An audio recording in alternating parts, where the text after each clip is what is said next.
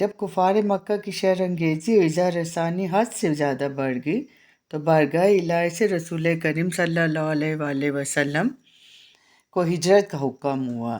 سن 13 ہجری بعد بعثت میں حضور صلی اللہ علیہ وسلم ایک رات حضرت علی کرم وجہ کو اپنے بستر مبارک پر سلا کر حضرت ابوبکر صدیق رضی اللہ تعالیٰ عنہ کے ساتھ عازم مدینہ ہوئے۔ مدینہ پہنچنے کے کچھ دن بعد حضور صلی اللہ علیہ وسلم نے اپنے اہل و عیال کو لانے کے لیے اپنے غلام حضرت ابو رافع اور حضرت زید بن حارثہ رضی اللہ تعالیٰ عنہ کو مکہ بھیجا۔ ان دونوں حضرات کے ہمراہ حضرت فاطمہ، حضرت ام کلثوم، حضرت سودا، حضرت ام ایمن اور اسامہ بن زید نے مدینہ کی طرف ہجرت فرمائی۔ مدینہ پہنچ کر حضرت سودا رضی اللہ عنہ اور نبات طاہرات حضور صلی اللہ علیہ وسلم کے پاس اپنے نئے گھر میں قیام پذیر ہوئیں۔ ٹھیک ہے، اس سے آگے پھر ہجرت مدینہ کے وقت سیدہ فاطمہ رضی اللہ عنہ سن بلوغت کو پہنچ چکی تھی۔ حضرت ابوبکر صدیق رضی اللہ عنہ نے حضور صلی اللہ علیہ وسلم کو حضرت فاطمہ کے لیے پیغام بھیجا، لیکن حضور صلی اللہ علیہ وآلہ وسلم خاموش رہے۔ بعض روایتوں کے مطابق فرمایا جو خدا کا حکم ہوگا۔ پھر حضرت عمر بن خطاب رضی اللہ تعالیٰ عنہ نے حضرت فاطمہ کے لیے پیغام بھیجا۔ حضور نے انہیں بھی یہی جواب دیا۔ چند دن بعد حضور نے حضرت فاطمہ کی نسبت شیر خدا حضرت علی سے کر دی۔ یہ نسبت کیسے قرار پائی، اس کے متعلق 3 مختلف روایتیں ہیں۔ پہلی روایت یہ ہے کہ ایک دن حضرات ابو بکر صدیق رضی اللہ عنہ اور حضرت عمر فاروق رضی اللہ عنہ اور سعد بن ابی وقاص رضی اللہ عنہ نے مشورہ کیا کہ فاطمہ الزہرا رضی اللہ عنہ کے لیے کئی پیغام حضور صلی اللہ علیہ وسلم کو پہنچے ہیں، لیکن آپ صلی اللہ علیہ وآلہ وسلم نے کوئی بھی منظور نہیں فرمایا۔ اب علی رضی اللہ عنہ باقی ہیں جو رسول اللہ کے جانثار اور محبوب بھی ہیں اور ہمزاد بھائی بھی۔ معلوم ہوتا ہے فکر و تنگ دستی کی وجہ سے وہ فاطمہ کے لیے پیغام نہیں بھیجتے۔ کیوں نہ انہیں پیغام بھیجنے کی ترغیب دی جائے اور ضرورت ہو تو ان کی مدد بھی کی جائے۔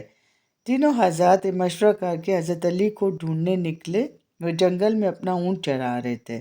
انہوں نے پورے خلوص کے ساتھ حضرت علی رضی اللہ عنہ کو حضرت فاطمہ رضی اللہ عنہ کے لیے پیغام بھیجنے کی ترغیب دی۔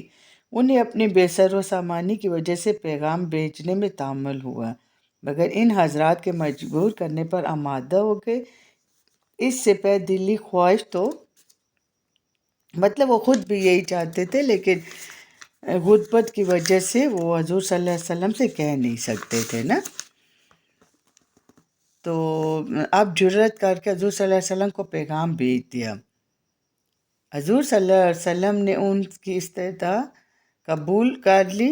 پھر حضور صلی اللہ علیہ وسلم نے حضرت فاطمہ سے اس کا ذکر کیا۔ انہوں نے بھی خاموشی سے اپنی رضامندی یعنی خاموش ہو گئی۔ تو ظاہر خاموشی رضامندی ہی ہوتی ہے۔ دوسری روایت یہ ہے کہ انصار کی ایک جماعت نے حضرت علی حضرت فاطمہ کے لیے پیغام بھیجنے کی ترغیب دی، یعنی انصار نے دی نا۔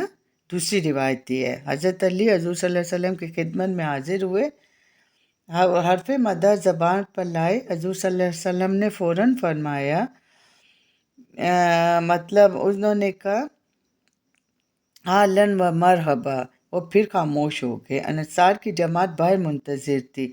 حضرت علی نے حضور صلی اللہ علیہ وسلم کا جواب سنایا تو انہوں نے حضرت علی کو مبارکباد دی کہ حضور صلی اللہ علیہ وسلم نے آپ کا پیغام منظور فرما لیا ہے۔ تیسری روایت یہ ہے کہ حضرت علی کی ایک آزاد کردہ لونڈی نے ایک دن ان سے پوچھا، کیا فاطمہ کا پیغام حضور صلی اللہ علیہ وسلم کو کسی نے بھیجا؟ حضرت علی نے جواب دیا، مجھے معلوم نہیں۔ اس نے کہا، آپ کیوں پیغام نہیں بھیجتے؟ حضرت علی رضی اللہ عنہ نے فرمایا، میرے پاس کیا چیز ہے کہ میں عقد کروں؟ اس نیک بخت نے مجبور کر کے جناب علی مرتضیٰ کو حضور صلی اللہ علیہ وسلم کی خدمت میں بھیجا۔ کچھ حضور کی یعنی جلالت اور کچھ فطری حیا کہ زبان سے کچھ نہ کہہ سکے اور سر جھکا کر خاموش بیٹھ گئے۔ حضور صلی اللہ علیہ وآلہ وسلم نے خود ہی توجہ فرمائی اور پوچھا، علی آج خلاف معمول بالکل ہی چپ چاپ ہو، کیا فاطمہ سے نکاح کی درخواست لے کر آئے ہو؟ حضرت علی نے عرض کیا، بے شک یا رسول اللہ۔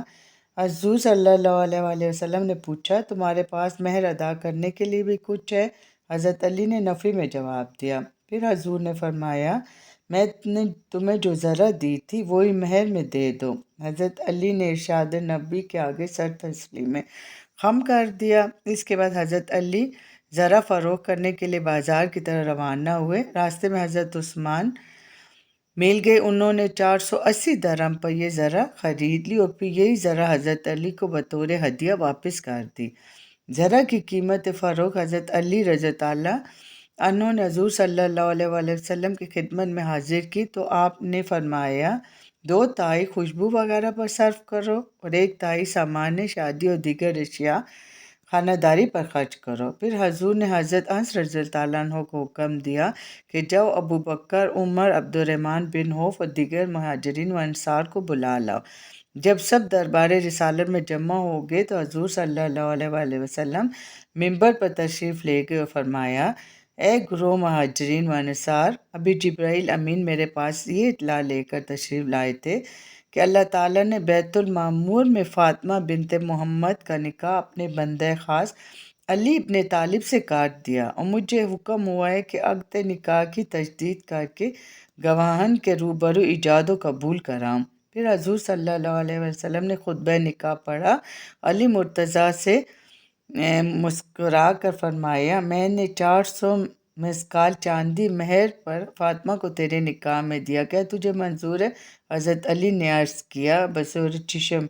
پھر حضور صلی اللہ علیہ وسلم نے دعا فرمائی یعنی خدا تم دونوں کی پراگندگی جمع کرے اور تمہاری صحیح مشکور ہو، تم دونوں پر برکت نازل کرے اور تم سے پاک اولاد پیدا ہو۔ دوسرے حصے میں بتاتی ہوں، ویڈیو لمبی ہو گئی ہے اور ابھی کافی رہتا ہے نا، تو دوسرے حصے میں باقی بتاتی ہوں۔ ٹھیک ہے، دعاؤں میں یاد رکھے۔ اللہ حافظ۔